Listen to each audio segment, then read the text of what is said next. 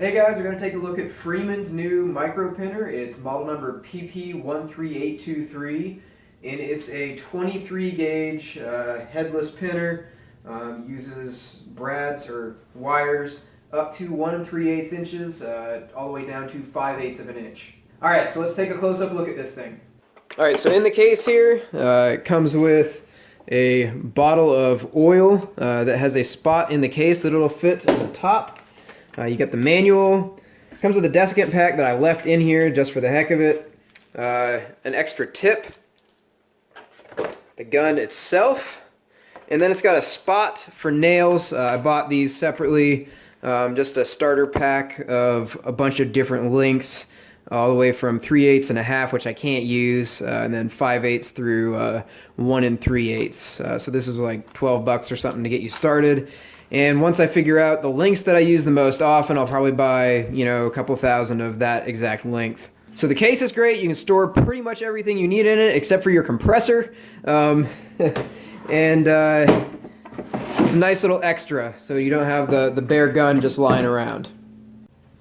Alright, so here's the nailer itself up close. It's got a pretty similar design to most other nail guns in its price range for 23 gauge pinners. The only difference is it's got this little bump out in the back that's a little bit bigger than most of the other form factors, the ones that are just a little bit more expensive than it.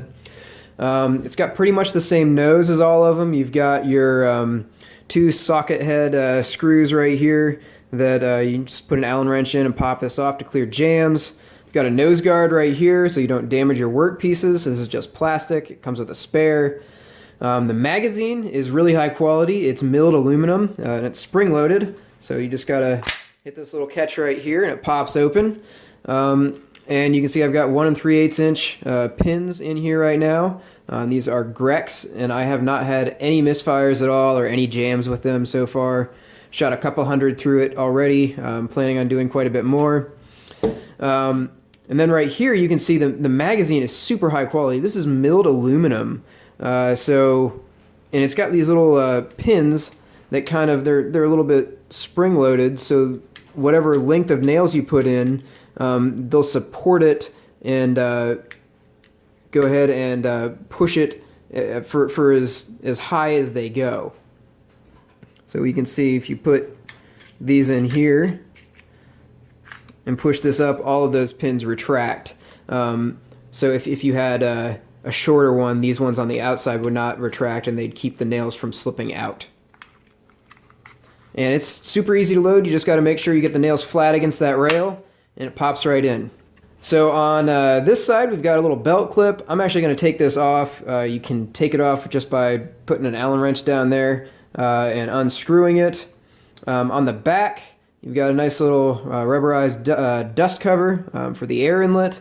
The air inlet is not on a swivel, but just about every single one in this price range, every single nail gun I looked at that was basically under $200 did not have a swivel on it. So that's acceptable in my mind. You just get a coil hose if you really want a lot of dexterity and movement. The one thing that this does differ from other ones in its price range is the exhaust port. So the exhaust port's up here, and you can rotate it just by grabbing it and turning it, and you can adjust how tight it is. But it is on the back here, on the back of the head. A lot of the other ones in this price range have it vented out the back, which is a little bit nicer, because if you're kind of looking over the edge of this thing and forget to rotate it, you can get a face full of air, which is annoying, not a big deal, but you just got to remember to turn this. There's more interaction involved. And like all 23 gauge pinners that I am aware of, it's got a safety trigger and an actual trigger. So you got to pull this one to be able to pull this, and that's because it doesn't have a safety on the front, because you want such precision. You don't want to have to depress the safety that like 18 gauge and 16 and 15 gauge nailers have. And then you can see it's got its specs on the side here, which is really nice. So you can see minimum pressure, maximum pressure, it's 70 to 100 psi, and then you can see all of the nails that it will take, and it's all the way from 5/8. And it's got quite a bit of graduations here, all the way to 1 3/8. Alright, so I've got my compressor at 90 psi. There's not a depth setting gauge on this, so you just got to vary your psi, which can get a little bit annoying, but it's not a big deal because I found this to be pretty consistent. And I've got some elm, just scrap elm here. You can see the checked ends that I cut off. So I'm going to show 1 3/8 inch nails into hardwood. And elm's not super hard, but it should give it a decent workout over, you know, a softwood like pine. So here we go.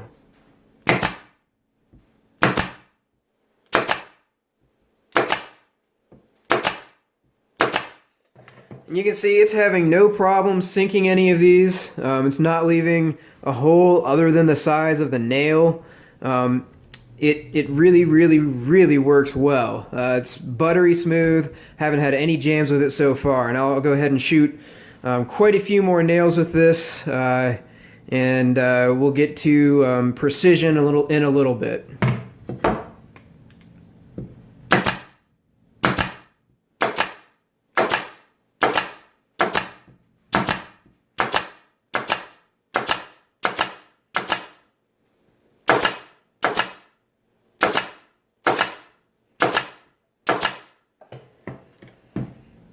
Just keeps going, no problems.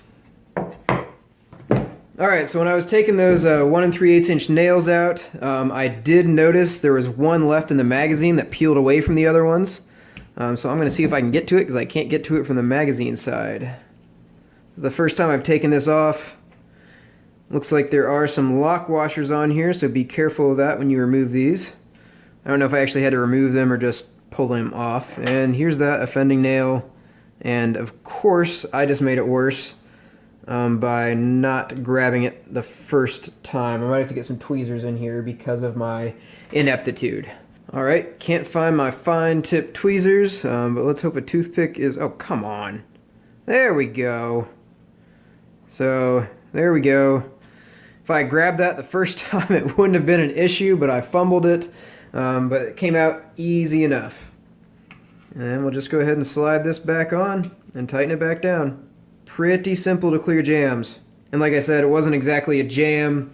It was more of a me noticing there was an extra fastener in there that I didn't want to fire. It probably would have fired, and it probably wouldn't have been a problem.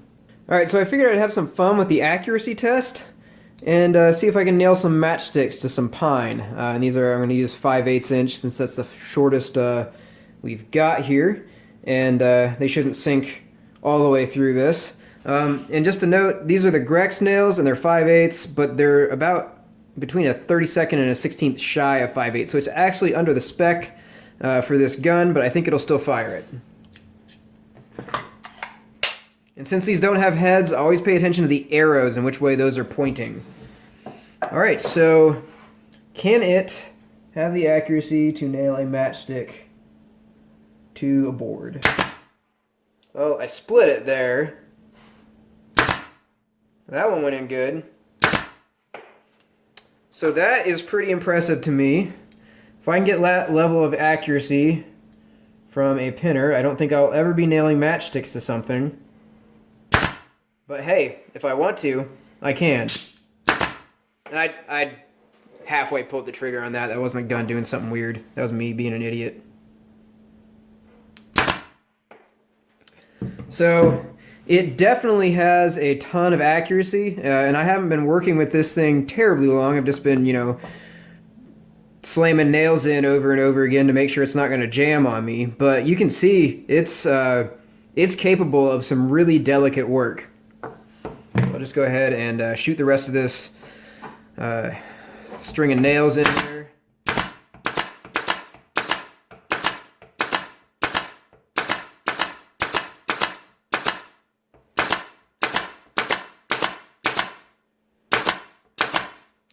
Sounds like my compressor might kick on soon.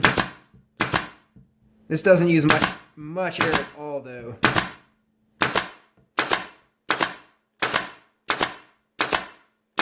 And you can see I'm being really haphazard with this thing. I'm not really placing my shots well. You can see a couple times I wasn't even pushing it down very hard. And all of these are sub-flush. All of them are pretty well. I mean, you're not going to have to do anything with these afterwards.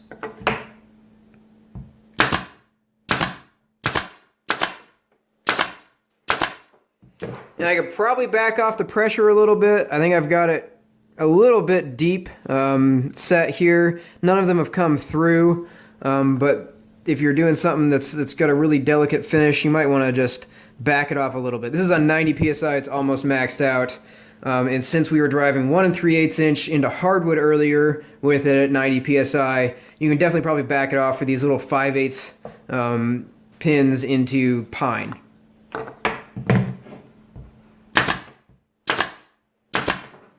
Now, one thing this doesn't have is a dry fire lockout, but it does have a window where you can see you're getting empty, and it looks like I'm empty, but I've still got, looks like maybe a dozen or 20 left. So once you see that window go empty, you probably just want to stop, because it's really hard to tell if there are pins in here or not.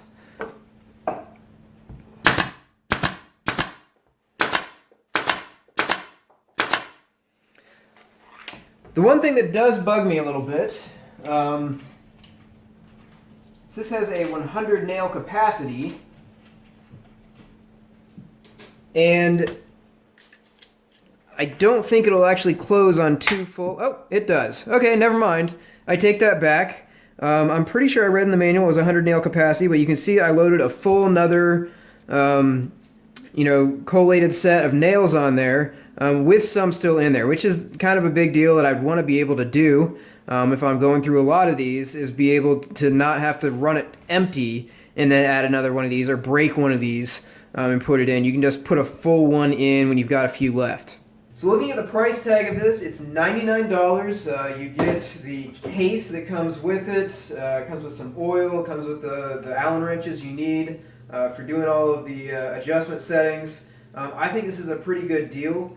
I've been looking at other pinners, and they just came out with this one, so it wasn't on my radar. And I got the chance to review it, so I jumped at it because I've been considering getting a 23 gauge nailer for quite a while. And the only things that I don't really like about it that the competition has is this one's a little bit longer than the rest of the competition, with this little bump out in the back. And then also the exhaust, it is adjustable. You can turn it 360 degrees right here, but a lot of the other pinners have the exhaust on the back. And that's just a nice little bonus. You aren't getting bothered by it. I'm not usually bothered by this. I just have it angled away from me. But every once in a while, you'll get a weird angle and it'll blow in your face if you're looking at it from this side or whatever, if you forget to turn it. So it's just a minor annoyance. So as long as you don't have to get in a super, super tight area where the length is going to be a factor, and if you don't mind the exhaust, this thing's great. It comes in at about 10% cheaper than the rest of the competition, actually. And I haven't had any problems with it at all. So it seems to be a pretty good quality. The magazine is excellent, milled aluminum. So I'm pretty impressed with the quality of this thing so far. And like I said, I haven't had any problems. I've only put a few hundred nails through it, haven't put thousands through it, but it's held up, no jams, working great. So hopefully this review was helpful. Let me know if you have any questions in the comments section below. And once again, don't forget to subscribe.